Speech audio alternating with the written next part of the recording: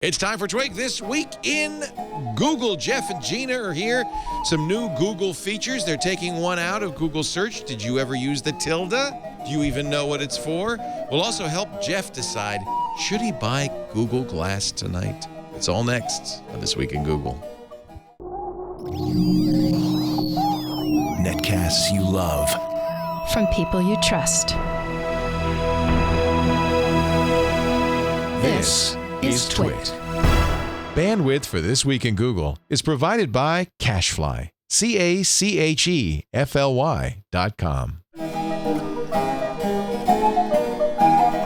This is Twig, This Week in Google, episode 204, recorded June 26th, 2013. The Cloud-Free Cloud. This Week in Google is brought to you by 99 Designs, the world's largest online graphic design marketplace. 99 Designs connects businesses seeking quality, affordable designs with a community of over 200,000 graphic designers. With 99designs.com/twig, you'll receive a free consultation. That's 99designs.com/twig. It's time for Twig This Week in Google, and it's the core cast. Today, Gina Trapani from smarterware.org, thinkup.com, todotext.com, federally recognized, happymarried.com. A little bit legaler. Federally recognized, the federally recognized Gina Trapani. Great to be here. Nice Very to happy have today. you. I got Welcome. my Angular shirt on today. Oh, I like that. What's that mean? Yeah. It's Angular is Google's open source model view controller MVC JavaScript framework. Well, there you go. I know that's a mouthful. There But I you added go. it to IO, and it turns out that it's actually a really great framework. So I'm now I got the company shirt on today. Weren't you using the Twitter one? Bootstrap is kind of like a CSS layout framework. Oh, okay. Angular is like is more JavaScript. for like Ajax-y kind of. So they're not incompatible. They're not. No, mutually they're not. They're not. Yeah, Angular's more like exclusive. jQuery. Got it. Mm-hmm. And that's Jeff Jarvis over there. Speaking of jQueries. JJ Query. Good to have you from buzzmachine.com and points all over the world. Glad to see you're back home. I'm so glad to be back home. I bet you are. Bet you are indeed. Well, first of all, congratulations, Gina, on the Supreme Court ruling this morning, overturning the Defense of Marriage Act by a 5-4 majority. I know that makes you very happy.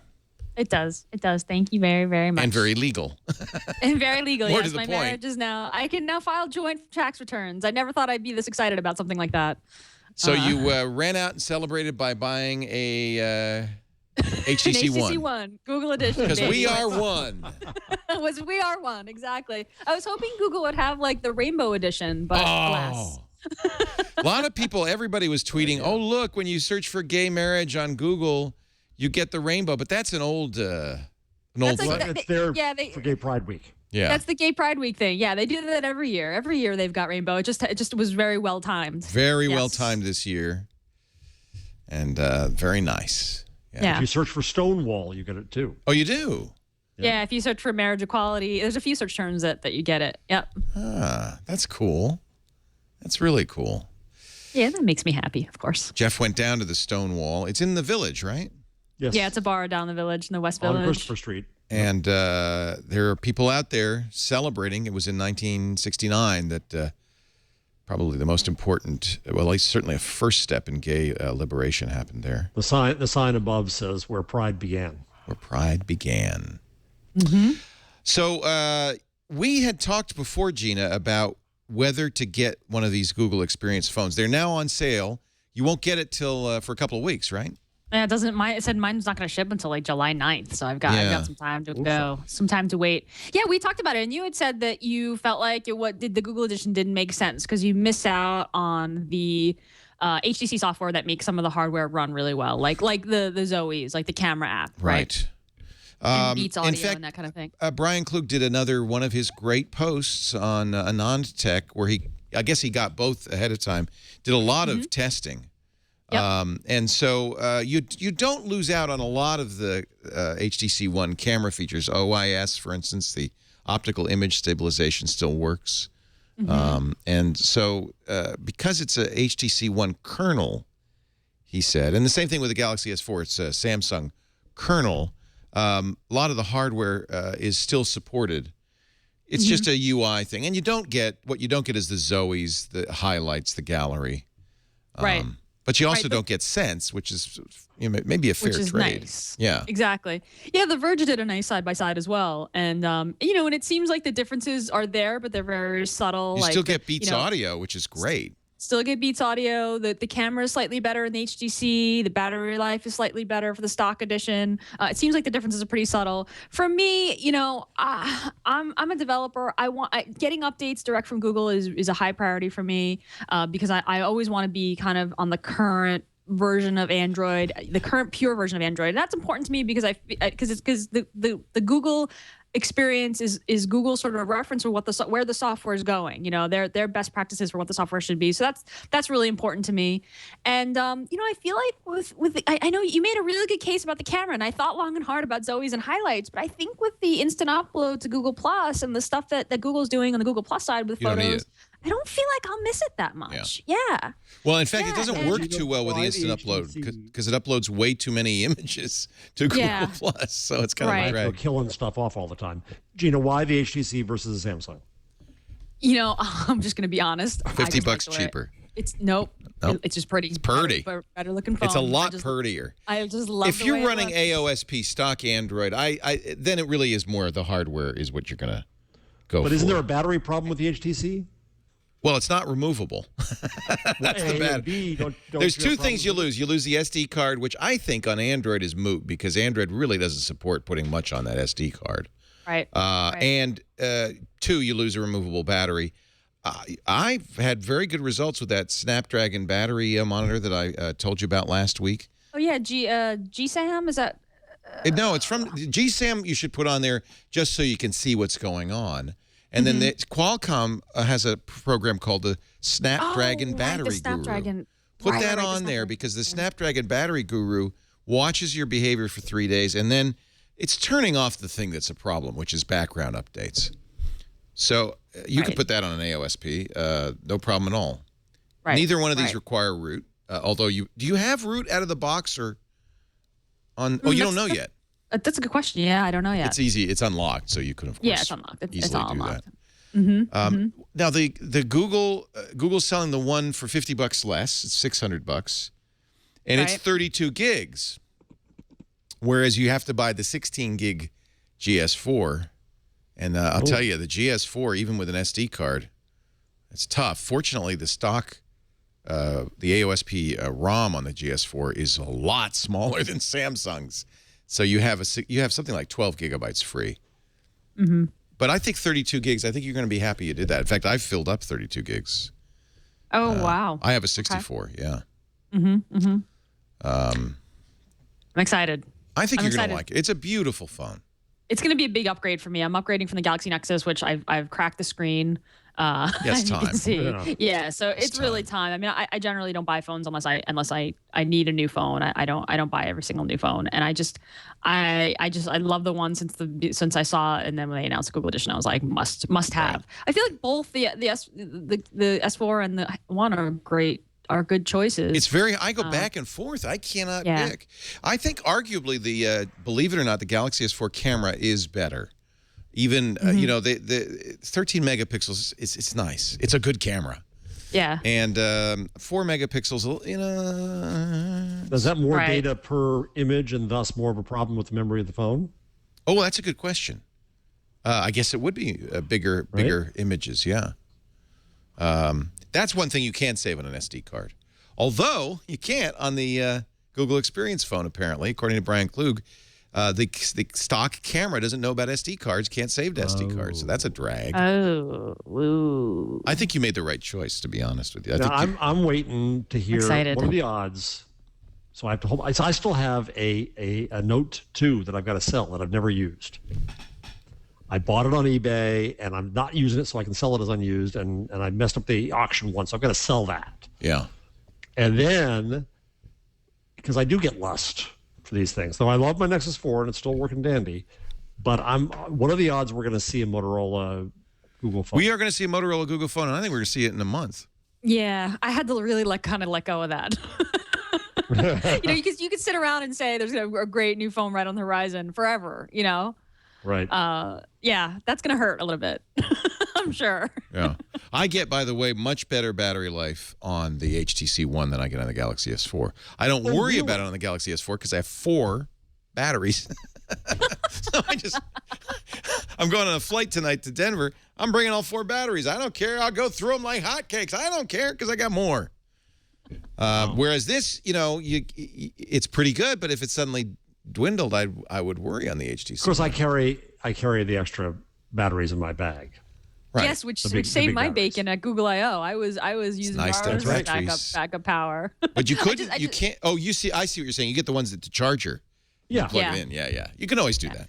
Yeah. I just backed a Kickstarter project, which is a charging brick, which is also a backup thing. So like the brick, you plug it in, it charges your phone, but it also charges itself, and then can do a couple of charges. So I'm hoping that'll be good. Because as much on one hand, I really want I want the updates, I want kind of the pure developer experience. On the other hand, I kind of want to act like a regular human, and I don't want to have to root and deal with ROMs and constantly wipe. And I just want the updates to come direct from Google, and I also just want to experience what's it like to just use the phone like a regular person and see see how I do with the battery. But I'm hoping with that it's Flux Mob. I forget what it's called. Oh, it's the Bolt charger. That's a good idea. Yeah, I like that. I'm hoping that's gonna hopefully I'll actually get it and it'll work. I know. So it's always a gamble. I compromise. This is an AT&T HTC One. I did unlock it through official channels at htcdev.com. And then I rooted it, which wasn't so hard once you've unlocked the bootloader. And then I put TrickDroid. There are a number of they're HTC Sense ROMs. They're not AOSP, but it's 422. They add some customization, which I kind of like, but it has the 4.2 stuff as well. And HTC says they will offer the AOSP ROM for people with unlocked. Now you have to have an unlocked, factory unlocked HTC One, which I don't because I have the AT&T version. But a lot of people will have that choice, and the HTC solution is dual boot, so you can go back and forth. Interesting. Not to make you unhappy. Yeah. Great, Leo. Let me see if I can cancel my order. No. I think you did the right thing. You should stick with it, especially as a developer. But I love the idea that I could put any ROM on here now, and I could put things like titanium backup and stuff. Why do you think? Here's a question for you. Google has traditionally always had one Nexus phone, the developer phone. The Nexus 4 was the last one. Now they're going to have at least 3. They're going to have the Motorola X, the HTC One, the Galaxy S4. What is the thinking here? I think there's a difference between the Nexus and the Google Play edition. Like if you notice, even in the Play Store, the Nexus is on top, right? So the Nexus 4, the Nexus 7, the Nexus 10. And then there's a new section that's like, hey, Google Play Edition. Unlock the latest and greatest from Google, the best smartphone for you. So they're basically saying, hey, these smartphones, you want choice in phones? Here they are. You can unlock the latest and greatest from Google. That's a good marketing. What's their market? Aren't the people who buy Google Edition phones the same people who buy Nexus phones? Yeah. I would say so. Now they have 3 manufacturers. I think it's partly political. Give everybody a shot at it. Manufacturers who all have official Google phones, and nobody's and that's Motorola's going to be the 4th soon enough. Yeah. And that's they all have phones. That's a good point. And the Moto X is not going to be a Nexus? I don't know. I thought the argument always was that Google wants to offer one Google Experience phone so that they could just say, here it is, the pure thing for developers like Gina. That's why the Nexus 4 was $300, I think. But also so they could say to the manufacturers, here's what it could look like if you didn't crap it up. Right. Yeah. Brian, in his review on AnonTech says, and I think he's probably right, that the manufacturers say, well, no, we're making it more appealing for consumers. Things, like all those Samsung apps. That's what they're selling. That's what differentiates them. I still say that what they should do is just give us choice. They should take some of those apps and make them apps removable. You can download only download on that phone. Yeah. Or uninstall them. Yeah. Right. Either way. If you want. Yeah. Yeah.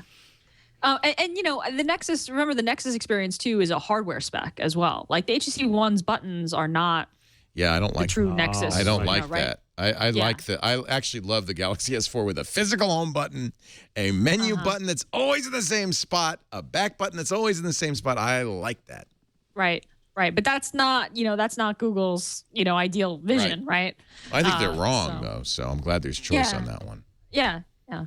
It's good. The other lusting I've been having is I love my Nexus 7, and I keep going in and looking at the Note 8, same size as a small iPad, and it's just that inch is too big for the hand. Well, there are going to be a number of 6-inch phones. There's the Xperia that Sony just announced, which I'm very intrigued by. What's that? 6.4 inches, right? It's huge. And then the rumor is that there's going to be an HTC One in a 6-inch form factor. Right. Oh, right. The One Mini or something? That would be very attractive. I don't know. It's just a good looking phone. I totally just got seduced by it. It's gorgeous. I just love the way and you'll love the front speakers. That's how speakers should be. I don't know why everybody doesn't do that immediately. I wish it had a little higher resolution camera, to be honest, but it's okay. It's pretty good. You'll be happy with it. You got glass. You don't need that. Yeah. All right, issue number 2. Should Jeff buy glass? You have till tonight to decide. I got the invitation. No, I decided to wait for the show to make this decision. And share my neuroses. Should we have a poll? We could. So here's the issue. Do you agree to be bound by the poll? Because no, I don't. I'm bound by nothing. Okay. The issue is that, of course, it doesn't work with apps. That means that on one of the issues. So that means that my only Gmail thing is my Google Plus, because that's where it was grandfathered, of course, right? So everything else for me is apps, which means that I'll get no value out of Google Now. I'll get no value out of my calendar. I'll get no value out of my real email. I'll get no value out of my contacts. None of that will be accessible to me on Glass. And that becomes fairly killer. Also, I have to wear glass on glass, so I look dorky enough already. And it's $1,500, which even though I'll get the school to buy it, and it's good for people to play with and all that, I'm just having third thoughts on this. What do you think? But then again, the other hand, I'm on this show. I do what I do. For God's sakes, Jarvis, you should know what Glass does. You should be playing with it. You should be thinking what news can be with it. You could do all kinds of things with it. What do you think? Strawpoll.me/136687. I thought we were just going to do like a poll. Well, we can do a poll. I know, we'll just see what happens. Let's say the chat room. Straw Jeff, poll. I think that the glass on glass issue is a bigger issue than the apps problem, because I'm like you. I split up my stuff across 2 Google accounts. One is an apps account, one is a Gmail account. But I have to tell you, the things that I use Glass for primarily, which is taking pictures, taking video, uploading those things to Google Plus, which is my Janelle Gmail account. Those things all work. The Google Now stuff works. You can get navigation, you can get the weather, you can get new Now alerts even just with your vanilla Gmail account.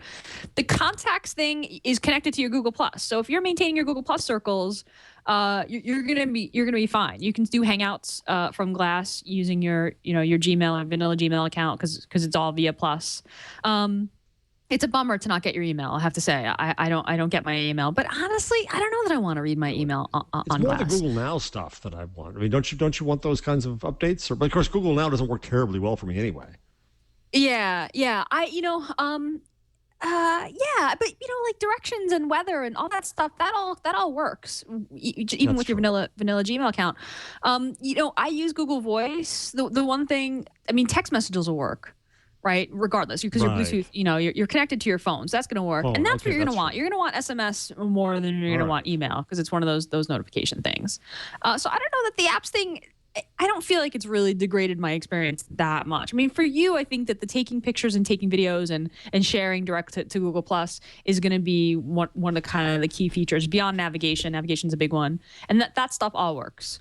with with your vanilla Gmail account, and they're going to support apps eventually. You know how it is.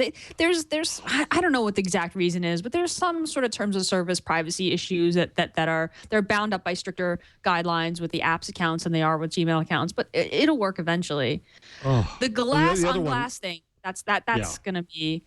You might want to go and just try them on. I mean, the good news, you can buy them. If you don't like them, you return them. You get like 30 days. Oh, you do? Yeah. Oh, then do it. There's a return period. Oh, then do it. Yeah. Yeah, there's because you know what? In 30 days, you'll send it back. You don't need it. I mean, come on. Have you exceeded your 30 days yet, Gina? I think I have. I should know. Okay. Yeah, I do believe that I have. So you didn't consider? I guess because you have a baby, you didn't consider. Yeah, no, I'm still. I'm not wearing glass every single day, but it is kind of, Jason and I were talking about this last night on All About Android. It is kind of a weekend thing. Like, I'm going out and about and I'm going to take some pictures. And yeah, with the baby, I've been getting great video of the baby, feeding the baby and just holding the baby that I wouldn't get otherwise. So it's worth it for me to hold on to it. And I'm also just kind of interested in the glassware sort of app market and how that's going to evolve. And so I enjoy trying new apps and things like that. So yeah, holding on to it for me is fine. But there is a return period. So, you understand, Jeff, you could get a brand new Pixel for that price. You'd have two then. Yeah. Yeah. People are saying, where are their no's coming from? And by the way, it is about 2 to 1, yes, on our straw poll. But the no's come from the cost, I think. That's a lot of money. It's a lot of money. I mean, that's what I would give me pause. I would wait for the next edition. Right. Beyond a Northwestern professor, Owen Youngman, went and got them, and he wore them at graduation and all kinds of stuff. And he's doing a course about Google. So he's talked to me, and so he kind of needed to have it, and he rubbed it in, and he got it a week before I did. So that's the main thing. Is Journo Jeff, should I have it?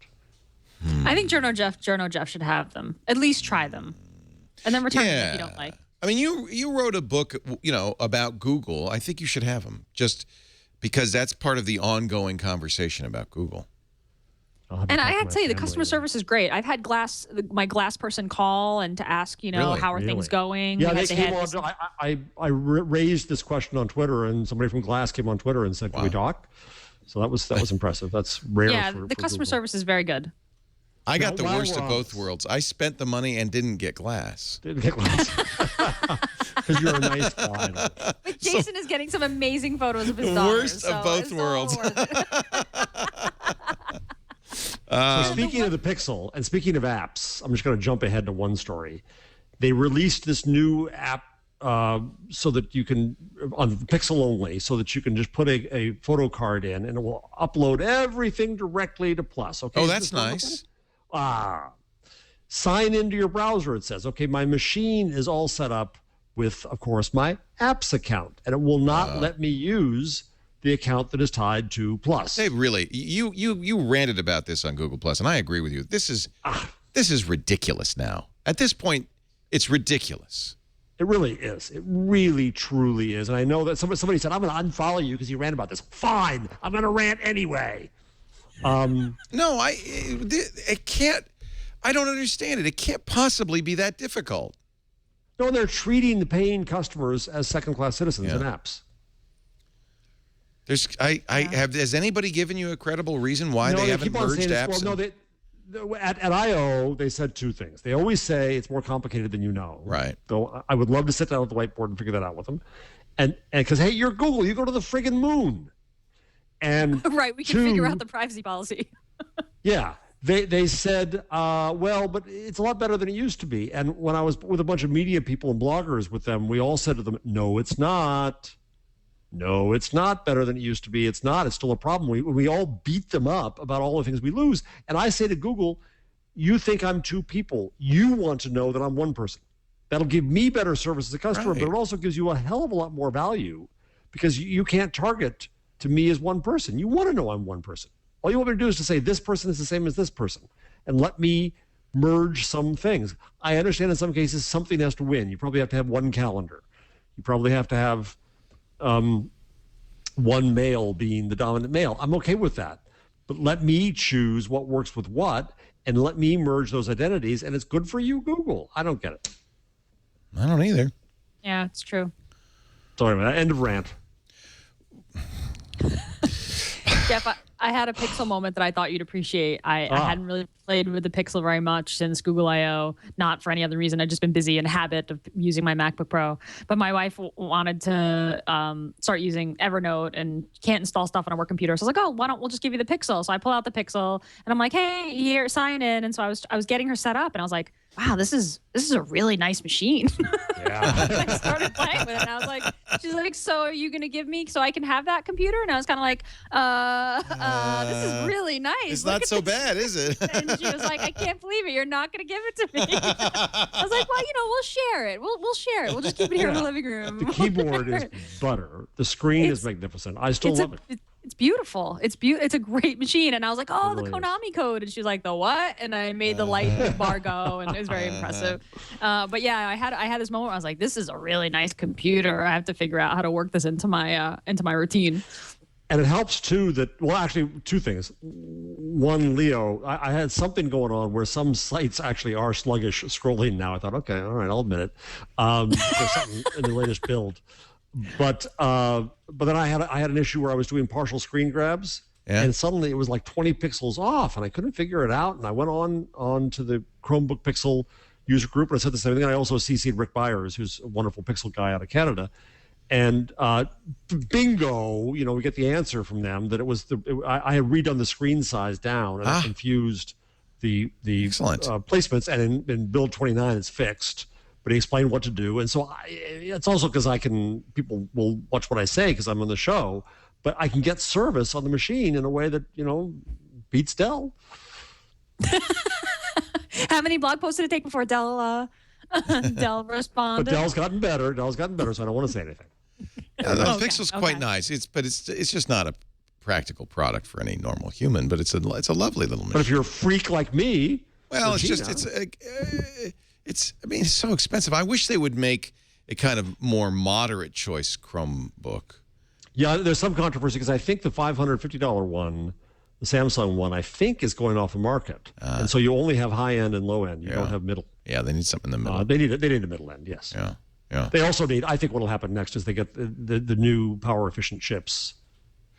Did we talk about the LA school district buying iPads? Yeah, we did. Oh, yeah, That's right. Yeah, because there was this whole in fact, like tweet storm went on all around that. That's right. All around us. I won't bring it up again then. I won't bring it up again. The funny thing is that out there, the kids get very upset when we get mad at each other. Yeah, the kids. I could tell you the kids at the LA public schools would rather have iPads than Chromebooks. Oh, I know that. The teachers might want them to have Chromebooks. I don't know. It's kind of great when I see there's a Chromebook education group on Google Plus, and they all get their shipments in, and you see a picture of 1,000 Samsung Pixels stacked up. I mean, Samsung Chromebooks stacked up, and it's really kind of cool. Yeah.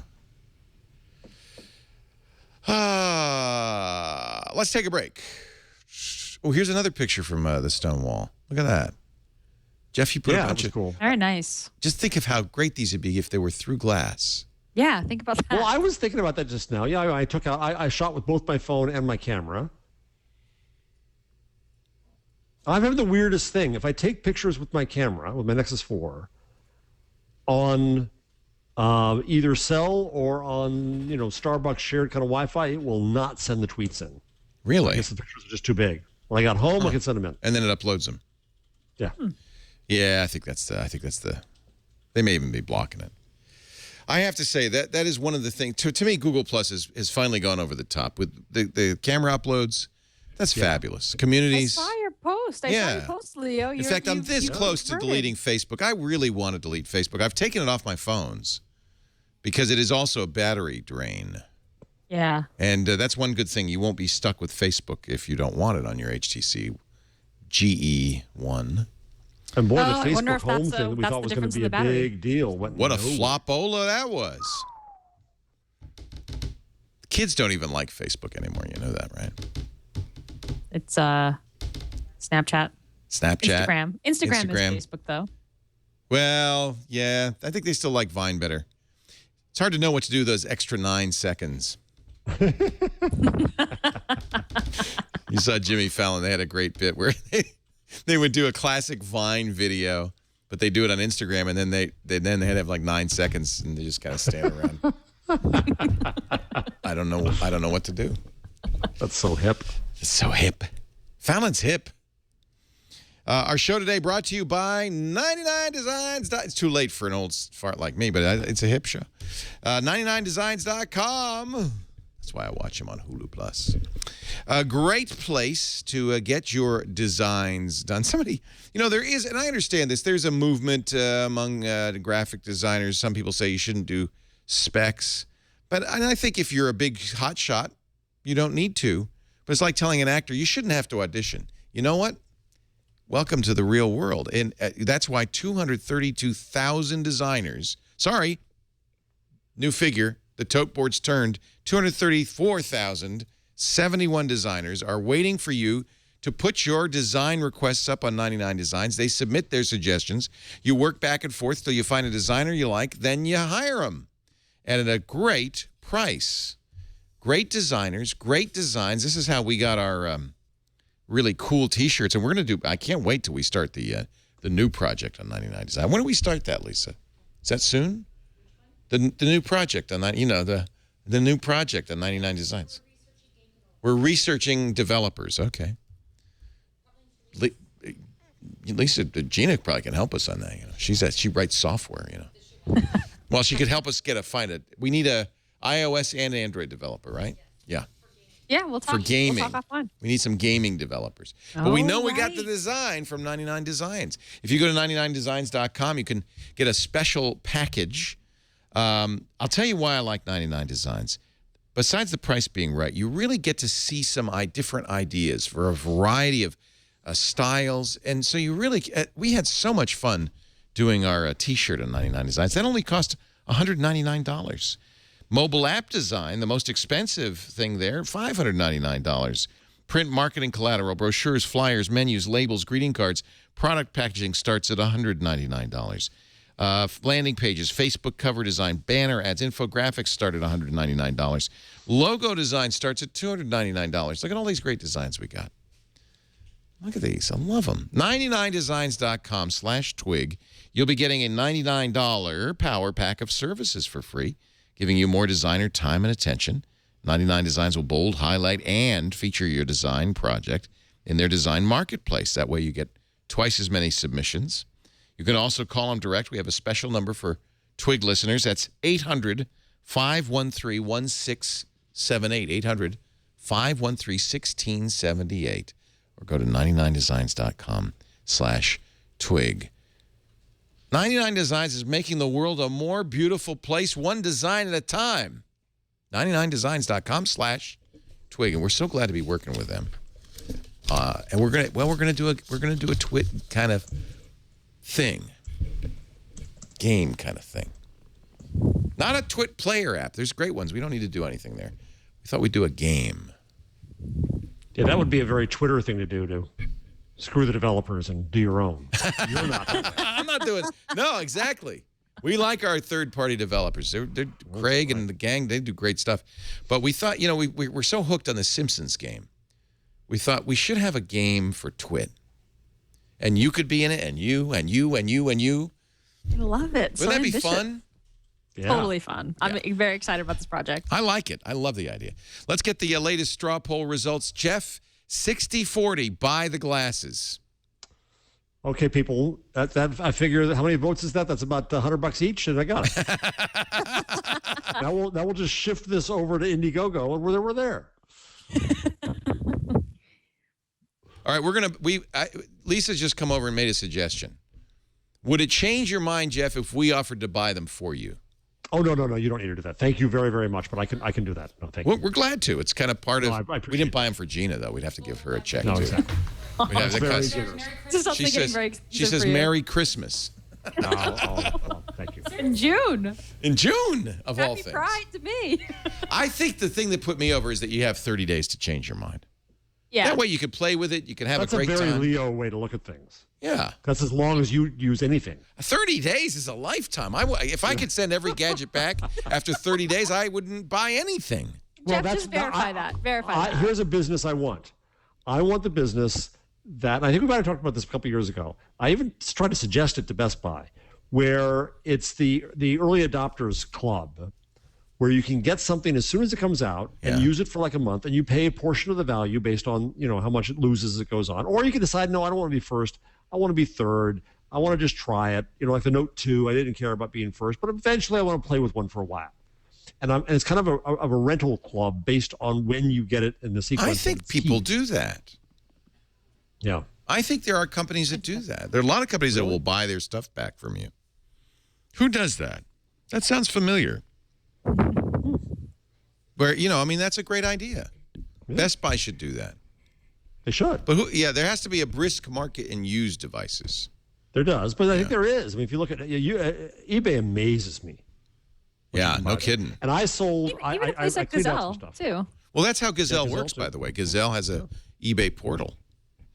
Right, but Gazelle will only buy certain of the hottest things. I had some like old Nokia phones. I thought there's no market for this thing, and sure enough, you know, I'd sell them for $80 or something like that on eBay. Well, that is the argument against glass, by the way, is that it's non-transferable. Yes. Right. So you can't in 3 months say, yeah, okay, I'm done with it. I've reviewed it. Who'd like to buy let me ask you about that. What does it mean to be non-transferable in terms of me having, you know, students or colleagues being able to use them at school? Oh, that's anybody can use it. That's the thing. That would be the problem. So when you go pick up your glass, or when you purchase it, your account gets whitelisted, and from what I understand, that's it. Your account is a link to glass. So a lot of the glass administration that you do in the web browser on your desktop, like logged into your Google account. There's a guest mode on glass. So you can set it in a guest mode if you want to let other people try it, you know, without getting your, you know, text messages or seeing personal information. But it's a kind of a limited thing. You know, someone else can't attach their Google account. So this is, you know, another journo friend of mine was having this problem. You know, the publication wanted him to, you know, drop it off the office and let everybody try it. And it was like, no, you get whitelisted. Your account gets whitelisted, and it's very heavily linked to your account, all your contacts and your circles and things. Can't you give glass away? Didn't they say you could give it away? Is there a way to transfer it out of your account? It's a good question. We had talked about this at one point. I thought there was a way to gift it. I think they said you could gift it. So you never registered, Leo. That's you could gift it, but only before but it has to be right away. Couldn't be after. Once you've hooked it to an account. What? I don't know. Is that how did you do it? It wasn't mine. It was Jason's from day one. Anyway. In fact, they wouldn't even let me pay for it with my credit card. We had to reimburse them. That's right. I feel the need for trumpets. One more thing. Somebody suggested, I think is a great idea, that we do one show. We do it as a normal show, but we post a hangout from Glass's point of view. So when you get your glass, Jeff, you two wear yours. I'll borrow Jason's, and we'll do a hangout with the 3 points of view. Can we do that? Right? Yeah, we could totally do that. Yeah. I mean, it's gonna be. You're just going to see the other side of the studio, and you're going to, for me, you're going to be looking out my window and at my screen. You know, it's fine. I mean, we won't replace the. We'll do the show as normal, but it'll be an extra feed. Yeah, right. Let's see here. See what Jeff sees. I don't know if you can see it. I have a cicada being eaten by a spider out here. That's drama. That's good. That's good yeah, TV. Well, here's a funny. Someone I know is going to run for mayor of a certain major city in America, and it'll be coming out soon. And so I was talking with him today. He's a tech guy. And so I was saying, well, at some point, I was pushing him to make videos. People need to know who you are. They need to hear from you. But I also talked about maybe you ought to, you know, make someone with glass. And at first it's appealing, but then immediately a politician doesn't want to have a picture of himself with glass on. Yeah. Oh, yeah. Good like point. You're the robo candidate. Yeah. Yeah. That's actually a good point. Yeah. I wouldn't vote for a guy wearing that stuff. The cyborg. Something wrong with him. He's watching you. Right. Now I'm thinking about who this could be. I think I know who it must be, but I don't know. That's interesting. We'll find out when. I've been researching the glass question, and under the terms of Young sale, Chad says, you have resale and gifts. You may not commercially resell your device, but you may give the device as a gift, unless otherwise set forth by the device-specific addendum. Receipts of gifts may need to open and maintain a Google Wallet account in order to receive support from Google. These terms will also apply to any gift receipt, and this is under the glass. Has anybody ever sale. done that? I wonder how hard that is to do. Yeah, and I wonder if the Explorer Edition has an addendum because it's such an early prototype. I should probably know that. I should look through my glass materials. But this is all stuff that you can ask. I mean, you have to call to buy it, and all right, I'll sign up tonight then. I'll do it. Yay! We made the decision for him. I probably won't be able to pick him up before my next trip. I don't think so. He's going to get him, but Lisa was sincere. We'll pay for your guys' glass. No, I appreciate that. No, because it is kind of part of your job. I mean, it's part of the show. I'll have you get a Moto X for me. It's a deal. Can we just start requesting It's a devices? deal. I'll ask Guy when I see him. So when are you doing that? July 10th. July 10th. Oh. I haven't been enjoying. I mean, Guy didn't say, "Hey, keep this under your hat" or anything. Yeah. Wait, what's this? So, Guy Kawasaki, who, as you know, is now working at Motorola, sent me an email, said, "We'd really like you to come down to the Google campus for an event, small group of journalists, 50 people, in July. There's 2 groups, July 10th and July 11th. Can you do it?" And I said, "Well, I have to move stuff around." He said, "We'd really like you to do it." I said, "Okay." I'm thinking it's the phone, but I don't know. Could just be, a meet and greet. I mean, it could be just some silly thing. Could be. But Guy knows me. Guy knows I do not do these things at all. So the 10th is actually Twig Day. That's a Wednesday. Are you going the 10th or the 11th? It's the evening of the 10th. Oh, it's the evening of the 10th. Oh, so it'll be right after the show. Dang. Yeah, I'll run out of here. Ooh. Oh. I think I'm skipping a triangulation that day or something like that. Yeah. Huh? Mm-hmm. It's a pre-recorded show. Yeah. So I'll just run out the door. I don't know. I could be completely wrong. And I hope I'm not breaching a confidence, but Guy didn't say, "Hey, keep this under your hat" or anything. So I don't think I am.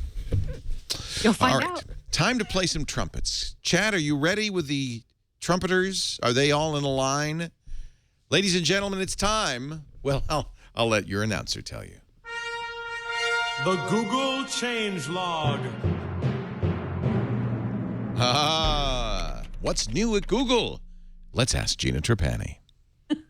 The new Google Groups interface revamp is available to everyone. They've been testing this for quite some time. Google Groups, if you don't use it, it is one of their kind of undersung products, is kind of an email list product that lets you, put together groups of contacts and have conversations. And it's got new revamped management features, moderation tools, a better mobile site. I'm really, really happy about this. I run several of my open source projects using Google Groups, and I've been testing the new interface for quite some time, and it's quite good. It's really good for support situations. So if you users you have to support, you can they have this new inbox feature where you can assign an email to another member of the group, like, "Hey, can you please respond to this?" which is really nice for customer service type things. So that's available to all now. Let's see what else. Oh, new Street View images from the world's tallest man-made structure, which is a skyscraper in Dubai. Yes. The Burj Khalifa. I hope I am pronouncing that Burj correctly. Khalifa. You're right. You are. Yeah. First ever Street View collection of images from the Arab world, and this is this building is described as the vertical city, world's tallest man-made structure, towering over the Dubai skyline at 2,717 feet. I'm not going in there. I'm not even going. I'm not looking at that. It wasn't open when I was in Dubai. I really wanted to go up there, but it wasn't open yet. Oh. I want to see some of these images. Yeah, very nice. So they sent up some Googlers with the old camera backpack and got some images. Man, that thing looks heavy. It does. While you're there, if you go up in the rundown just a little bit up, there's also same thing they're doing Galapagos Islands. Oh, neat. Some That's images. a place that only a very few people can go. It's highly protected. Right. The blue-footed booby. There it is. No, that's not the blue-footed booby. That's not the blue-footed booby. But yeah, apparently they put Googlers out Can you outside tell me when the it's building. over? Does that scare you? She doesn't look like it's that heavy. She looks like she could carry that pretty well. Yeah, she looks pretty Oh, comfortable. that I don't want to do, though. Yeah, so window cleaners usually only get this view, but now Yikes. everybody can in Street View. That's pretty dang cool. Yeah, wow, look at that. Oh, Dubai is crazy. Yeah, this is the is anti-Jap. crazy. Jeff, It's could a you nutty couldn't place. even look at these Street View images? Would even just going into the my images in palms Google are Maps would freak pouring you out? right now. No, really? Yeah, You don't like heights? I hate heights. Oh, I thought it was bridges. It's heights. It's vertigo things. It's Yeah, it's yeah. the cliff effect. Yeah. things you could fall off of. Yeah. Plain okay. Plain okay. That's good. Plain okay. What else we got? Oh, Google dropped a search operator, which I'm sure you have never used, the tilde. I didn't know if you knew you could do this, but what you does it could do? use a tilde. You could use a tilde to get synonyms, right? So you could do like tilde muffin, and it would be like cupcake and other related terms for synonyms. Apparently, That no one sounds used very it. useful. Yeah, Now that I actually was know really it useful. existed, I want to use it. It was really useful, and I knew about it. I didn't use it very much because when I have to look up a word, I usually just go to the dictionary. There's not often that I'm looking for. Well, for is the synonyms. reason because Google will do that for you? It just automatically looks at synonyms? Kind of. I feel like if you do a Google search, you will get pages that have similar terms, related terms. And that just makes more sense. You shouldn't really expect users to remember to use the tilde. But yeah, Google confirmed that this was dropped. The feature was dropped due to lack of use. So little spring cleaning. And I really liked that Google actually gave a statement to, let's see. Oh, this is Search Engine Land, saying, yeah, we've deprecated this. Too few people were using it to make it worth it to maintain. And I happen to agree with this one. Maintaining all these synonyms takes real time and costs us real money. And supporting the operator increases the complexity of the code, dropping support, free up a bunch of resources. I love that they were just so kind of forthright and transparent about this. I wish that they had given more of an explanation about Google Reader, as clear and straightforward an explanation about Google Reader as they did about the tilde. Of course, the tilde, a lot less controversial than Google Reader. Did they say that the synonyms had to be done by hand, by humans? They didn't. They just said that it did. There's a lot of code that made synonyms go. Synonyms go. They didn't say that humans did it, but it does. It sound like it cost them money and CPU cycles to maintain. One of the more difficult computational tasks, I would think, synonyms. I guess so. Google Now for Android got an update with a couple of new features. If your phone is on the same network as your smart TV, you can get information on live TV that's on. I haven't had a chance to try this out. It knows what you're watching because the TV reports to it. Right, exactly. That's It knows so what you're weird. watching, so it'll give you information about what's on TV. It's a nice second screen prompt. There's third-party music client support now. So there's a Google Voice action where you can say something like "Play Michael Jackson." And now with this new update, you can choose what app plays the music back. So You could do tried that it out. before. Could you? I thought that it just supported play music. But now you can just choose what client you want to play. And my choices, I don't have a lot of music players on my phone installed, but it gave me the choice of Play Music, Google Play, YouTube, or Pandora. Just kind of nice. Nice to have the choice. So I said play Michael Jackson. If you could move it down. And it's... and it said, are you sure? Are you really? No music found. Oh, so have you gotten the... I must have assigned it. I should see if I have a default action on that. Yeah, you might have assigned a default action. I'm really digging the voice action. I actually just there's the note to self voice action, which goes to Google Keep. And here it is. There's a drop down that you can choose. Yeah, there's a drop down. Exactly. I see. Choose what client you want to use. So what choices you have a big menu there. Yeah, well, I had my built-in music player, and there is no Michael Jackson on the phone, but now I can make it play music. I could search SoundCloud, YouTube, Spotify, or TuneIn Radio Pro, and presumably install other capable apps that would add those to the list. That's one of the best things about Android, frankly. I totally agree. Yeah. We just added, for Digitext, we just added note to self capability, and it was like a few lines of code. That's so great. if you say note to self, pick up the milk, you can now say, hey, use to do text to handle this in addition to Google Keep or something else. And it was incredible how easy. Someone sent me a pull request, one of my developers. It was like 5 lines of code. It was crazy. Great thing about Android. Now, the funny thing is it is playing something, but it's fan letters to Michael Jackson by a Canadian group called the Rheostatics. That's related. It's close. I guess it's because I own that. So it preferred that over something I don't own. Why do you own that? But with All Access and Play Music, right, in the Play Store, you really can have it just play anything if you're paying for that subscription. Well, I used to do that with Spotify. Maybe that was the Samsung voice app, not the Google voice app. But it would say, well, what do you want me to... The first time you say play Michael Jackson, it would say, well, what do you want me to play it with? And it would remember that from then on. But that must have been the Samsung voice. Yeah. And yeah, that's it. Oh, and last thing in Google Now, this Google Now update, location-aware Google offers. So it begins. Yeah. So now, how is that going to work? Now advertising begins. I haven't seen it yet. I haven't been out and about with this updated version yet. So I'm not exactly sure how it's going to work. Although I've been getting prompts in Google Maps. Have you guys been getting this, show offers or don't show offers? No. Yeah, I've been getting some prompts about Google offers. So its phone knows where you are. It seems like Google Now will pop up a card that says, hey, there's a sale going on down the block. So I kind of imagine that it would work. I'm looking for screenshots and I don't see it. You need pants. You know you need pants. And there's a better deal to your left. Right, exactly. Turn left. So that's all I got, the changelog. And that's the Google changelog.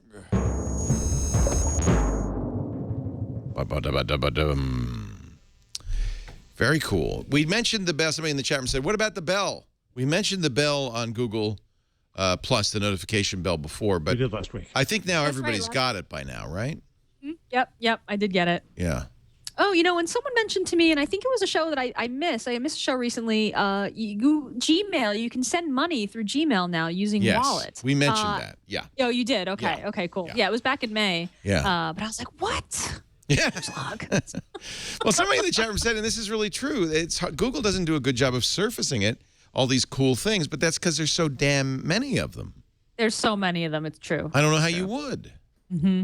Mm-hmm. I mean, like the tilde. Yeah, like the tilde. Exactly. Honestly, sometimes I drop stuff because some things seem super minor and some things aren't going to roll out for a while and some things only work if you're like the Gmail, you have to have a wallet account and maybe the person you're sending to has to have a wallet account. So, but though that sending money was a big thing. That's something I would definitely mention. So I think that was a show that I missed. But I'm glad you guys got my back. I don't have it either. I just checked my Compose. I checked my Compose window. I hit that little plus button. I can use photos in Drive. I can insert photos, emoticons, insert invitation. But no, I don't have the money, the $sign yet. Oh, so I guess it's rolling out slowly. Yeah, it must be. Oh. Well, Leo, back to what you said earlier about Plus and photos. I finally took a camera along this time to Europe, and I really use more than I've ever in life been using photos because it's so easy on Plus. It finally put me over the top on Plus. Yeah, I use that all the time now, and it makes it so easy to share. It's great to have a backup of all your photos. That's exactly. And for me, because I use 2 different phones, I have one place where all my pictures are, so that's nice too. Gina, do you use a camera with a card? I do, like an old school, so the thing is, you can use that thing now on the Pixel. Another reason to use your Pixel. It will just upload every single photo in automatically. No muss, no fuss, no bother. Yeah, I've got an SLR where I take portraits of the baby, on her birthday and stuff, and often the photos just sort of languish on the card until my mom is like, "What's the latest photos?" And I was like, "Oh, I gotta take out the card and upload it." Blah, blah. But yeah, I'm gonna try those out. Those new apps that just so I have to make sure that my card fits into the slot in the Pixel, but it should totally work. Which is really, really nice because transferring it to Picasa and then uploading, it's a whole thing. It's a Megillah, as we say here in New York. It's a Megillah. That's true. I had no idea Jesus H. Christ had a Google Plus account. Really? I'll just reshare this one. Yeah, he's responding to Governor Mike Huckabee. Isn't that a pseudonym? Maybe it really is him, though. Is it verified? WWGD. This is so a terms of use violation, by the way. Not going to complain. Yeah, you just busted Jesus, Leo. I got Jesus in trouble, you think I did? Yeah. Maybe it could be a guy's name. I got a gardener named Jesus. Could be a guy's name. This is apparently very pro-gay Jesus. So yeah, it's a pro-gay Jesus. Wouldn't he be? We don't know. I like the tagline is setting the record straight. Yeah, that account will be gone by tomorrow. Yeah. Well, here's a question for you. It's all on the rundown. Google Mine. Do you think that's a parody? Do you think that's real? Google what? Mine. Google It's the third thing on the Mine.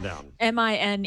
It's supposedly a new product that's in testing that lets you, and Jeff, tell me if I get this wrong, but that lets you inventory your stuff. Like That lets everything kind you of- have. Oh, it's my Everything stuff. you have. Mine. It's mine. All mine. Yeah, Yeah. exactly. It makes this does not make sense to me. This is I don't Share your understand this. belongings with your friends. Keep up to date with your friends or sharing. It's the share economy, Jeff. Come on. So is Okay. this like neighbor goods? So Well, like guess I need a that's lawnmower. Who's got one I can borrow? Maybe. It seems like it could enable something like that. This reminded me, of course, of the Big Bang Theory episode where Sheldon was scanning, was putting RFID tags on every single piece of clothing and scanning them in, and then creating a database of his entire wardrobe so that whenever he traveled, he could very easily just What's print out. wrong a with Have you that? pattern. seen that there is a Sheldon T-shirt site? There's nothing wrong with that. I think it's a very good idea. Kat, go ahead. Go back a little bit. Catalog your belongings. Track what you have. Review your belongings for your friends to see. Really, my friends do not want to see what my belongings are. No. Control who sees what. Track conversations. Send requests to borrow or try out friends' stuff. They killed Google Groups for this. Share stuff know, you this wish is what for. Get Readers. recommendations. Share stuff you're giving away. Find takers. Follow, browse, search stuff. There's also an Android app, but you have to What's be a Bazaar? Google employee. It's in Bazaar. Oh, I see. Okay, got it. Wow. This Isn't sounds this like a weird? 20% project. Yeah. 20% project that they're maybe testing internally. I don't know if this is ever going to see the light of Okay, day. all right. I could not get it. I don't understand it. If you had glass, you could take pictures of it.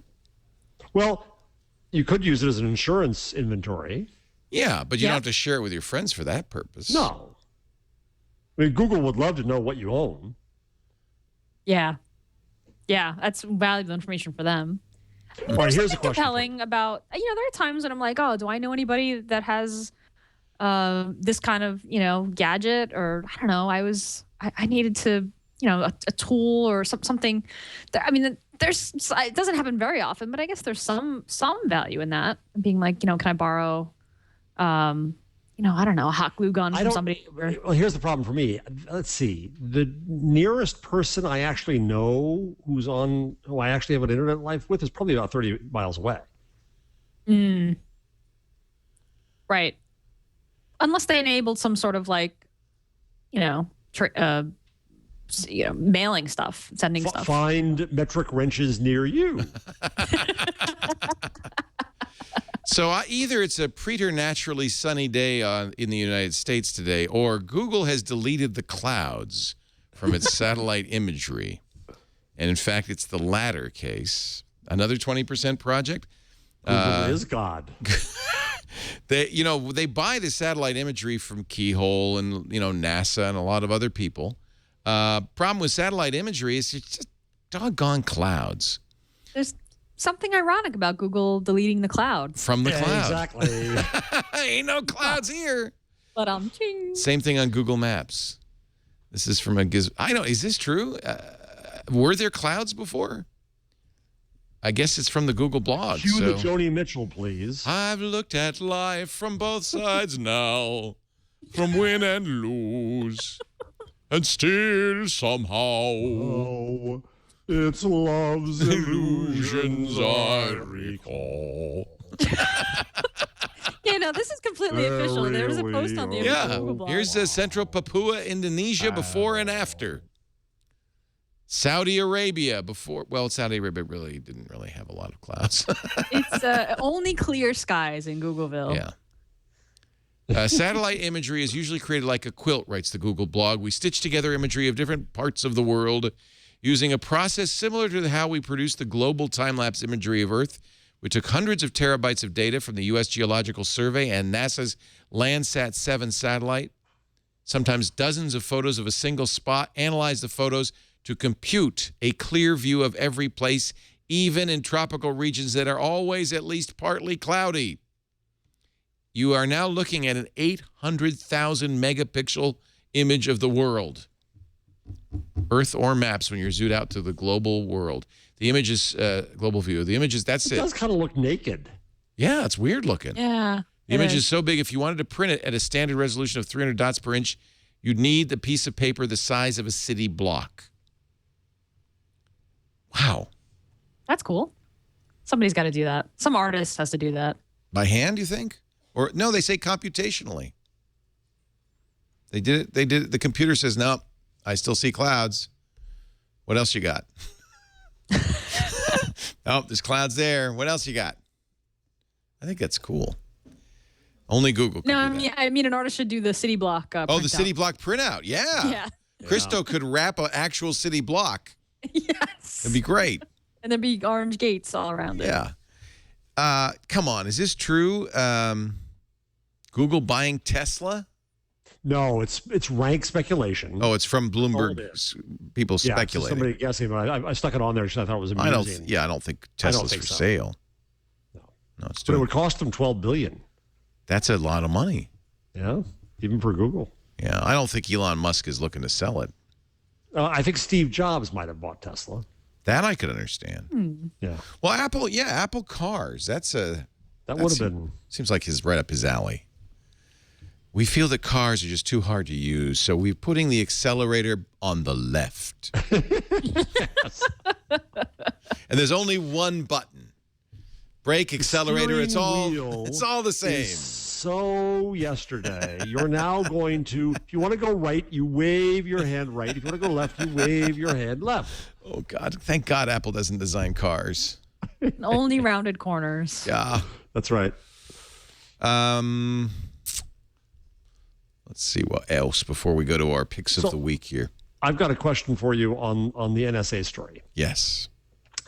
Because I wrote a piece that I haven't put up yet, but arguing that the internet companies should take the bull by the horns now and have to do everything they can to protect our privacy.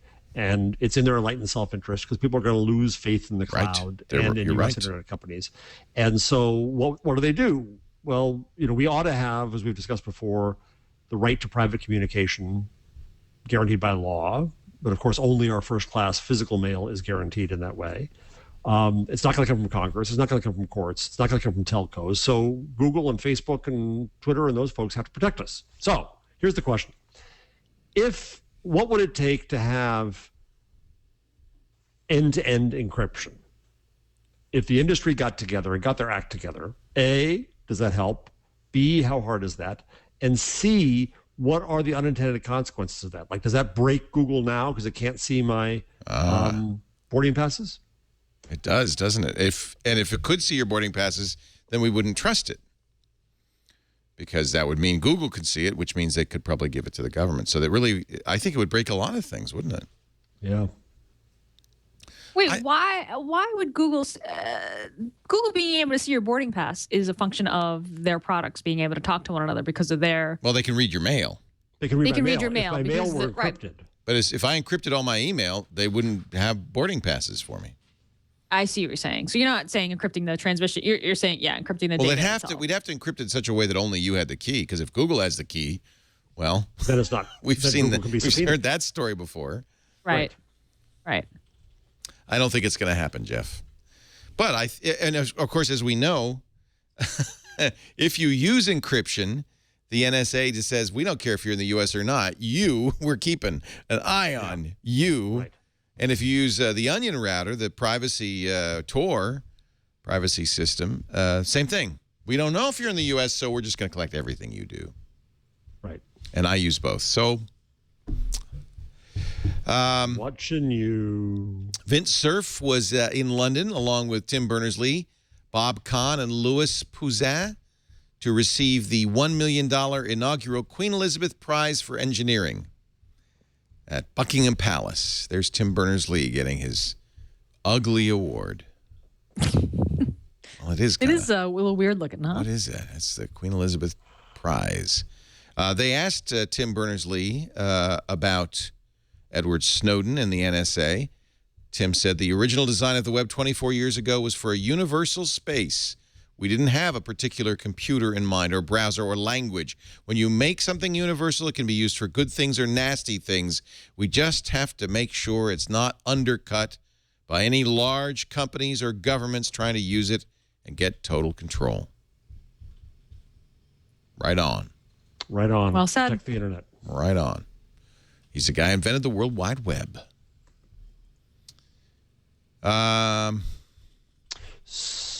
Android Nation Store. I want one of those. What is that? You can buy a nation in Android? What? In India, they're starting stores just to pump Android. Oh. Like physical stores? Yeah. Brick and mortar stores called Android Nation.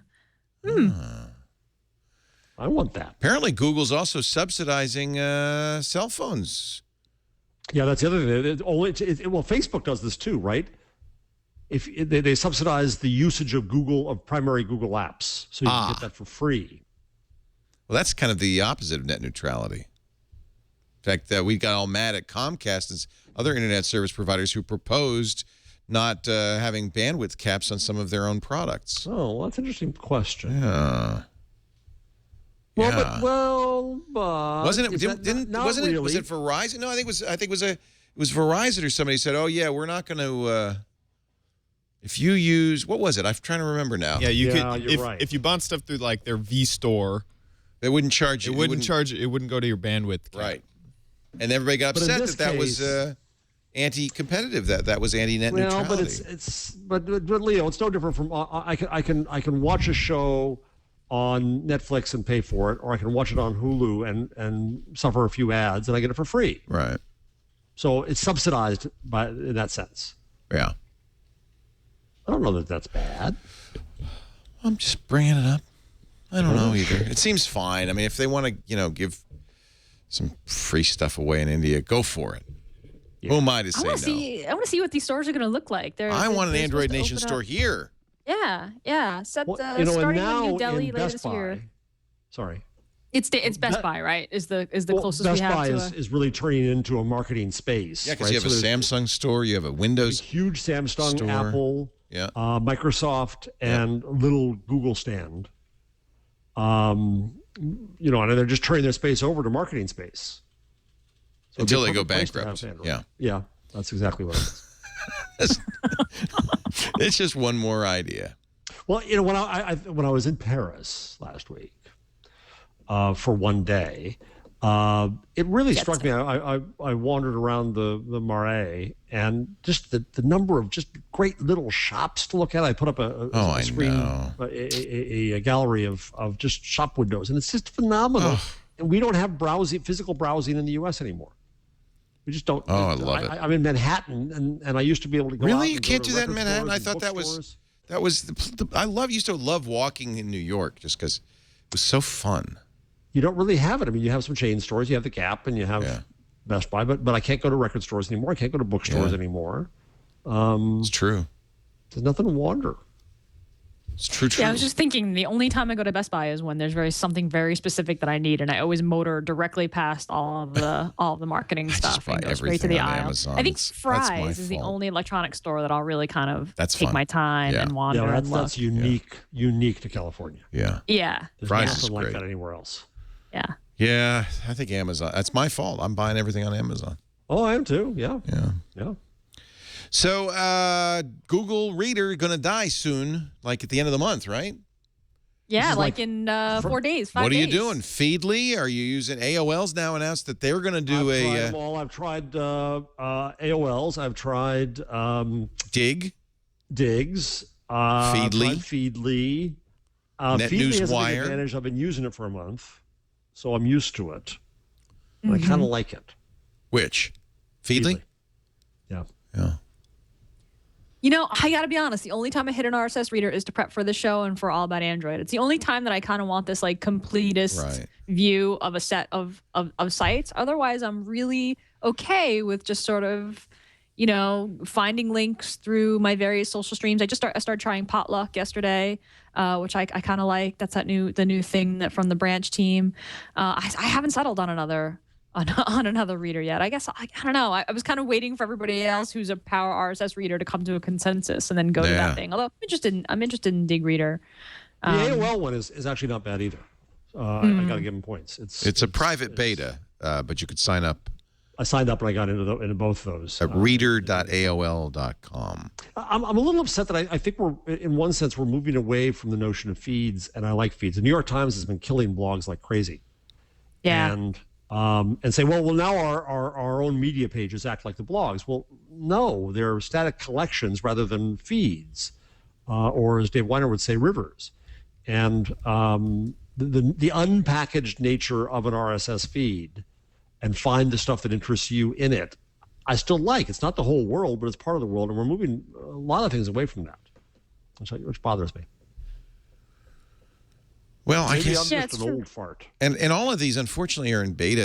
All these readers here, they're not. Yeah, they might not quite be at where Google Reader was. Ken from Chicago was saying, surely you're subscribed to the Twit feeds. Of course, with podcasts is a different thing. I certainly use a podcatcher, and I certainly subscribe to the shows that I want. But that, and I guess that's basically a feed reader, right? But that's kind of a different thing. I'm talking about just reading websites versus. I think you're the one who got me on the podcast one I use now, Gina. Which was Podcatcher? Pocket Casts. Yeah, that's Podcatcher. Yeah. Yeah, it's really good. So I didn't realize this, but Yahoo's acquisition of Tumblr has already gone through. It's a done deal. Yeah. Meanwhile, Google says the FTC is going to review the Waze deal. This one might take a while. I want that one to go through just because I want. Yeah. I love Waze. Lawyers, according to this article at the Wall Street Journal, say it's unlikely the FTC would tell Google they can't get Waze. You'd have to find evidence that it would significantly crimp competition in the mapping market. And I think you can make a pretty good case that there's some other good competitors there. Though, last week, Gina showed us the carousel of local advertisers and things. Somebody did a study and found that the clicks on the carousel are 48% versus 15% on the map. And Google's invented another thing. So Google Local, they really could. They don't own that kind of local advertising now, but that's probably the fear. The carousel is the search result bar. If you say pizza parlors in New York City, you get a list of nearby pizza parlors. It's a great idea. And the click-through is really high. Is it really high? Well, because it's the right result.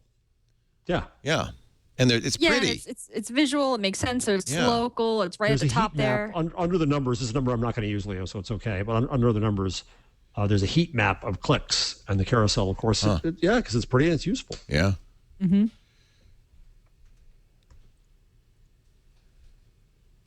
Danny Sullivan, running in Search Engine Land, notes that Duckduckgo has posted a 50% traffic increase in the last 8 days, probably because of the NSA Prism stuff. He says, but it's not. He says people don't care about search privacy. Because the number is still tiny. It's still teeny weeny, teensy weeny. And I had a little Jarvis fit. DuckDuckGo PR people a week and a half ago, we didn't talk about this in the show, but right after the NSA stuff breaks, and there was still the mistaken belief that the NSA had direct connections into the servers of Google and Facebook and such, which was wrong. DuckDuckGo sends out a press release and wants me to interview them because, now you can not have to use awful Google. And I thought that was just awfully exploitive of what is for everybody a bad situation. It's bad for the internet, and to exploit it in that way, I got pissed, and I told him that's flackery and leave me alone. Wow. I thought that was untoward. Well, and in a way, it doesn't prove anything. If you look at this graph, this is DuckDuckGo compared to Google.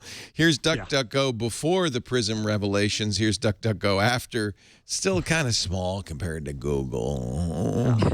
That was a good analysis. Yeah. Yeah, it is sort of exploitative in that it's using people's fear, right, to promote the product. But we see this a lot. What was that Scroogled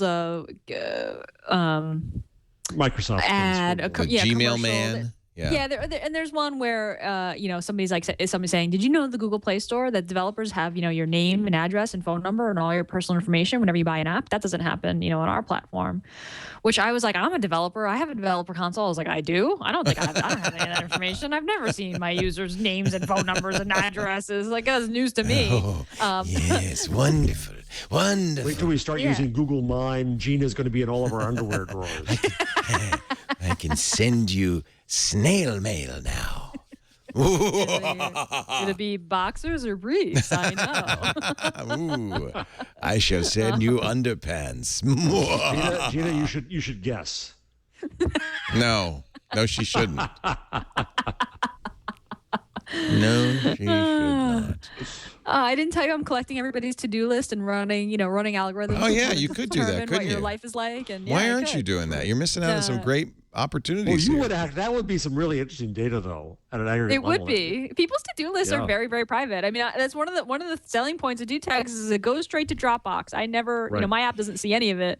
But yeah, it's it's indicative of, it tells you a lot about your life, your intentions. It's intention. Yeah.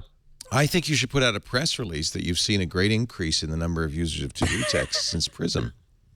Oh yeah, everybody's just jumping on that command line. Yeah.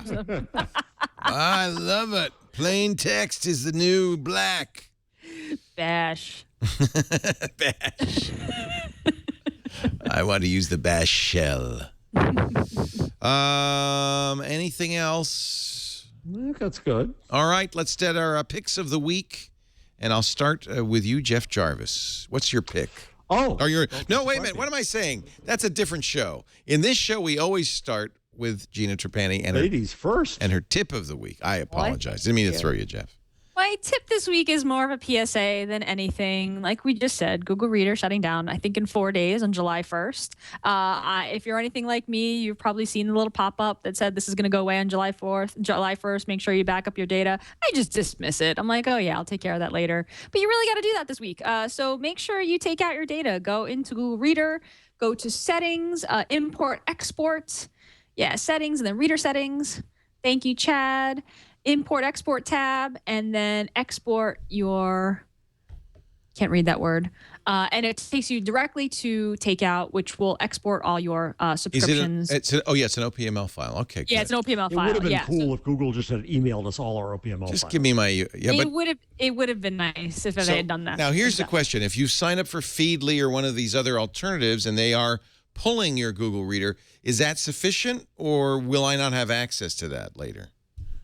That should be sufficient. It's OPML, which is an open standard for subscriptions for outlines and RSS subscriptions, and any feed reader is going to be able to import OPML. So yeah, that will be sufficient. I haven't tried this, but I'm pretty sure it won't preserve your like read and unread items. Right. So you might want to do one last pass through on Reader and make sure that you've seen everything you want to see, and then just then import, export your feeds, import them into your new reader, mark all as read, and then you'll be able to kind of start fresh. But I got to do this, and I got to move to something, so I'll be prepared for the show. The changelog may not make it if I don't have a if I don't have a good feed reader going. So yeah, you'll see when you click on export, it takes a few seconds to build your feed. If you've got tons and tons of subscriptions, you can say, hey, email me, and then when this is done. And that's thanks to the data liberation folks doing Google Takeout. So there you go. So yeah, because I'm on my Feedly, and it has all my Google Reader links in it, but my only I presume then I don't have to do anything additionally. I didn't import it; it just did it by itself. It did it by itself, so you could be connected to Reader. Right. So you won't be able to do that after July 1st. But if I'm hoping, maybe I still should export it, because I'm hoping that, on July 1st, all of a sudden Feedly goes, well, Google Reader's dead. I don't know what you want to read, because that would be bad. Right. Right. In case it's doing a live. I'm not sure if Feedly's might be doing live. A live I don't sync. know. Yeah. If it's doing a live sync or not. Yeah. I think I better do the Google export. Reader. It's been a good few years. It was indeed. Jeff Jarvis, your number of the week. The number of the week is 32. The Internet Hall of Fame, which I didn't know even existed, from the Internet Society, has installed 32 new members of its Hall of Fame, including, I saw this because John Perry Barlow did a humble brag about this, as well he should, on Twitter. Did he win? Aaron Schwartz. Yes, Aaron Schwartz is there. Schwartz is there posthumously. Jimmy Wales. Richard Stallman, Mark Andreessen. That's a good list. A whole bunch of people I don't know. Are there any women on this list? Please tell me there's at least one woman on this list. That's a good question, Gina. What is it? Now I want to look at this. So where is this Internet Hall of Fame? Is there a place, a physical I don't think place? it was. You know what, Gina? Karen Banks, networking leader Thank who you. used information and communication technologies and applications as tools for social change. Okay, good. Henriette Esterhuizen. That sounds kind of female. Ida Holtz. Sounds Ida kind Holtz? of female. Ida Holtz? I don't know. This is a pretty good group. Yeah, there are a lot of Anne-Marie names here. Eklund-Lövinde, Nice. innovator and implementation of DNS security extensions technology and usage procedures. Jimmy Wales is on there. That's appropriate. Well, Yeah. Friend of women and WikiLeakers. I'm sorry. That's terrible. So it's InternetHallOfFame.org. And is this the first year? Well, it didn't say. This is the Internet Society they're doing. And they're going to have a... Society, yeah. yeah, nice. this is a legitimate... They're going to have a awards ceremony August 3rd in Berlin. You can watch it on a live stream. It was supposed to be announced in Istanbul, but ... Istanbul This is internet constant. thing messed it up. Yeah. Yeah. Look at all these people. I know some of these people. Who else do you know in this group? I'm sure that you've interviewed a lot of these people, Leo. Yeah. Bob Metcalf. John Perry Barlow's been on Triangulation. Good for him. I was gonna say this could be your upcoming slate for Triangulation. We should all these people. just knock through Just everyone. go through them one by one. What did you do? Mark Andreessen. You did. Yeah, this is good. Richard year Stallman you should played be the there, flute Leo. on our show some moons ago and sang the Free Software Foundation Free song. software song. Yeah. That's so great. Yeah. I tried to get him to do a dramatic reading of his great manifesto, but he won't do it. Barlow. Yeah. Yeah, I tried too. You asked me when we got him on That's Triangulation. right. I asked you to do it. That's right. Yeah, and he said wouldn't do no. it. Yeah. He said, actually, I think he disowned it, really. It was the one that Fully begins, disowned. people No, of the I internet. asked him that because people said he disowned it, and he said, no. This is a little over the top, Yeah, which Yeah. is its charm. but that's what's good about it. And a dramatic reading would be so cool. I want you to get Stallman to do a dramatic reading of his rider. That's what I want. The GNU Linux writer. Yeah, the packet that he sends out in advance. You of his may talk. not call it Linux. You must call it GNU Linux. GNU Linux. That's the only one I know. Does he have other things that he won't do? Yeah, he apparently sends out this. He doesn't want business class because he'd rather you pay him more. Oh, that's good. I Yeah. don't mind He that. wants a ride from the airport, I think, or Well, something. this up is to the- reasonable. Yeah, no, No, this, it's well, actually fairly there's some reasonable. really good parts where he's like, sometimes if we go out to dinner and I'm bored with the conversation, like I'm gonna pull out my laptop and answer email because I've got a lot of email to answer. He's not exact. Yeah, he's in it, but at least he's upfront about it. Yeah, he did not yeah, do no, any I of totally that when we had him on Tech TV.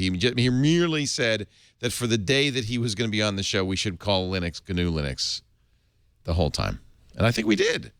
I can't remember what we decided because I don't normally do those kinds of things, but right for right. him, That maybe. seems reasonable. That's fine. That Yeah. seems okay. Yeah. I don't really have a tool. I've been trying to think, but nothing happens. So, No more sponsors hanging around? no, that's it. We're just going to go home. Yeah. There's things I want to recommend, but I'm not sure I can. I'm reviewing right now, for instance, the new Logitech smart remote control, which will turn your Android phone or your iPhone, but your Android phone into a smart remote control. Now, we already have that capability. Well, you don't, Gina, because you don't have the special software that does it, but the Galaxy Is this the yeah, IR blaster? The IR blaster. Galaxy S4 and the HTC One have IR blasters. And I have to say, there's no reason to buy the Logitech stuff because this works so well by itself. You don't really need to spend any more. You've got software if you have a Galaxy S4 and HTC One. Now, if you don't, stay tuned for my review on Wednesday. I'm having some issues with setup and so forth, but it'll be on before you buy next week. Next Tuesday, I should say. No, my FiOS. I know what I was going to talk about. Thank you, chat room, for reminding me. And I'm surprised Gina didn't mention the Google Cloud Playground. Yes. I meant to mention that. Thank you. What's the difference between a playground and a sandbox? It's kind of like a sandbox. Okay. It was kind of developer-y thing, right? Yeah. So the idea is, let's say you want to learn Python or right now it's just Python, although presumably Go and other Google languages will be included. You can go to the Google Playground. It's cloud-playground.appspot.com. Log in if you wish, but if you do, you should be aware that all of your code and coding will be visible. And they say this is a shared public playground. Anyone can read, modify, or delete your projects. But it is a great way to learn stuff. So they come with a bunch of project templates, a hello world, of course, in Python, but also more sophisticated stuff like a guest book. You can just take these projects. App Engine last across the finish line.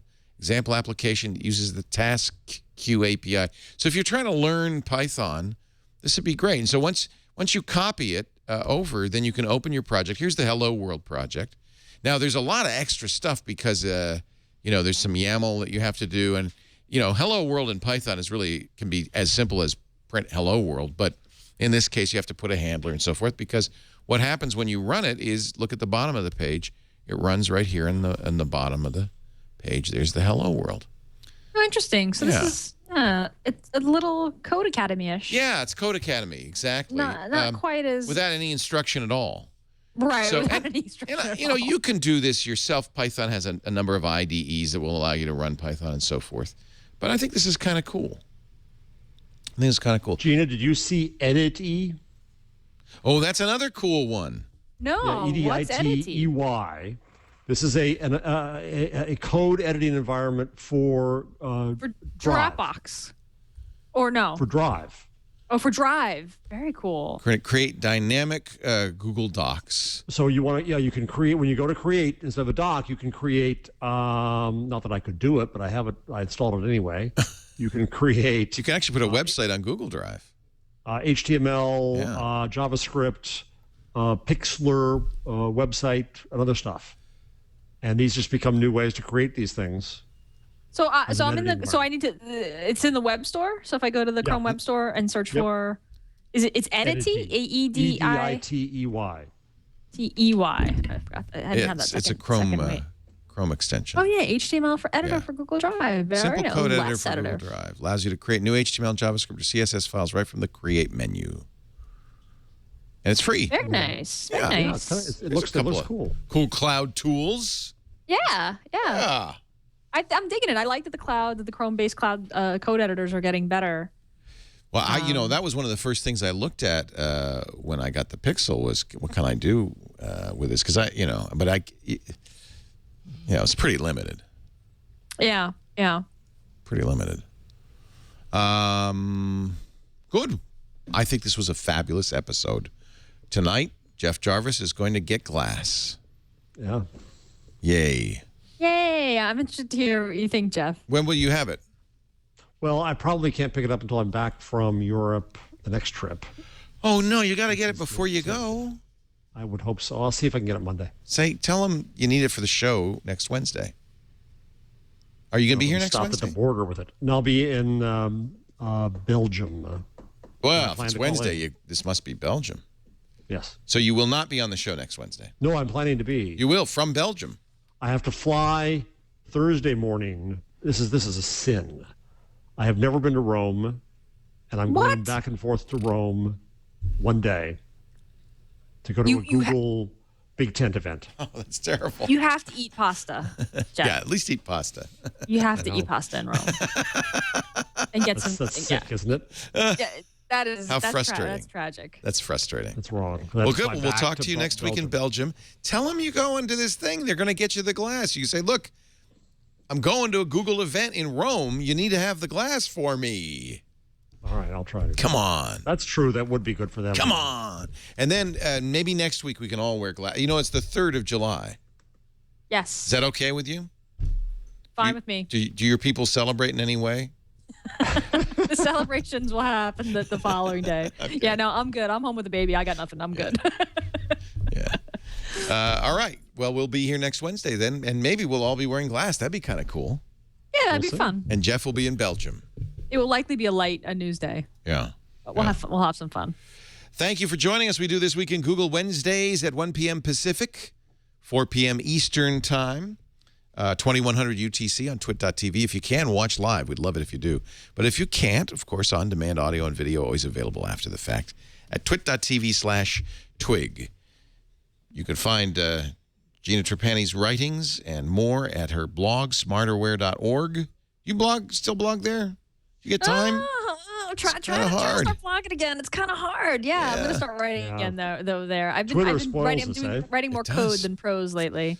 Put some glass pictures or something up there. Yeah, I gotta get back to it. My last post is like, hey, I just had a baby. I'll be back as soon as we're sleeping through the night, and that was like 9 months ago. That's it. Goodbye. Yeah. See you later. Yeah, I have to like update WordPress. Yeah, you bet. Oh, stay on the update. You gotta update it before you mention that. Yeah. Sorry, I shouldn't have said that. 18 versions behind if you haven't done anything since January. It's rock solid, people. Don't even try. Don't even try it. There is I just saw a plugin for, what was it? For security on WordPress. Was it SSH logins? I think it was. Oh, yeah. Well, we won't get into it, but no, let's not. And they don't get updated. Anyway, what I have been working on is to do text for Android. There's actually some good. I'm using the new Play Store beta testing, so you can opt into the beta test if you're interested in trying that out. At blog.todotext.com, the instructions are there. Oh, cool. And I've been doing a lot of work on ThinkUp too. So I'm gonna get back to writing soon. So don't give up on fun. Coding is so much fun. It is so much more fun than writing. It is. You know if it works or not. With writing, you don't know if it works until it's published. Right. Mm-hmm. Todotext.com. TXT, not TEXT. If you go to buzzmachine.com, Jeff Jarvis rants there regularly. Arr! Arr! And gnashes his teeth. He's also a professor of journalism at the City University of New York, has been seen at the Stonewall lately. And not that there's anything wrong with that. Not that there's anything wrong with that. Especially now. Nothing but good things. And, of course, his latest book is Public Parts, available at all finer bookstores. Gutenberg the Geek is soon to come out as an audiobook. Oh, good for you. And in German, Chinese, and Italian. That's what it was. It was Google Authenticator for WordPress. Oh, nice. Oh, cool. I like that a lot. Two-factor authentication. That's what it was. Thank you, chat room. Two-fact secure. Wouldn't that be good? I keep meaning to turn that on. I downloaded and installed the plugin, but now I don't know what to do. Yeah, I'm going to set that up. That's a must install. Yes. Two-factor authentication. Thanks for joining us, everybody. We'll see you next time on This Week in Google.